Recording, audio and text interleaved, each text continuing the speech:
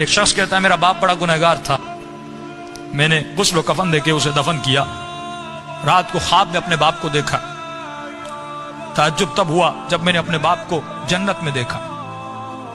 میں نے کہا بابا آپ تو بڑے گنہگار تھے، آپ تو بڑے خطاکار تھے، آپ جنت میں کیا کر رہے ہیں؟ اس نے کہا میرے لال 3 دن تک میری قبر میں آگ جل رہی تھی، 3 دن تک مجھ پر فشار قبر عذاب قبر میں مبتلا تھا، لیکن 3 دن کے بعد کچھ قبریں چھوڑ کر ایک نیک خاتون کو دفن کیا گیا، جس کی آنے کے بعد پورے قبرستان میں جن جن پہ عذاب ہو رہا تھا ان پر اللہ کی رحمتیں نازل ہونے لگیں۔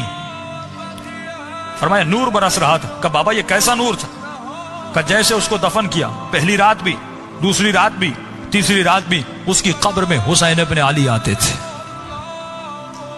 فرمایا جب اس خاتون نے میرے عذاب کو دیکھا، فرمایا اس کے دل میں رحم پیدا ہوا، اور جب امام حسین اس کی قبر میں آئے تو اس نے کہا مولا مجھ پر تو رحمتیں ہیں، لیکن یہ بھی آپ کا چاہنے والا ہے، اس کی قبر میں عذاب ہو رہا ہے، میں چاہتی ہوں میری خاطر آپ اس کی شفاعت کر دیں۔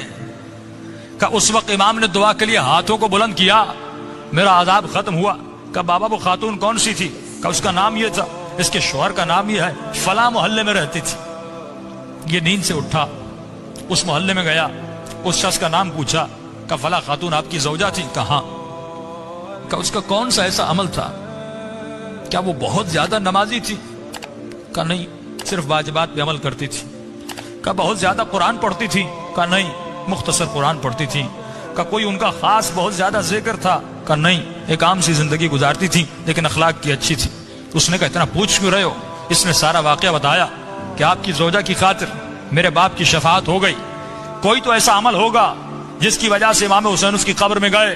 تو فرمایا ایک عمل تھا جو کثرت سے کیا کرتی تھی۔ کہ وہ کون سا عمل تھا؟ فرمایا روزانہ زیارت عاشورہ پڑھا کرتی تھی۔ یہ مقام اذکرونی اذکرکم ہے کہ ہمارے چاہنے والوں تم ہمیں یاد کرو، ہم تمہیں یاد کریں گے۔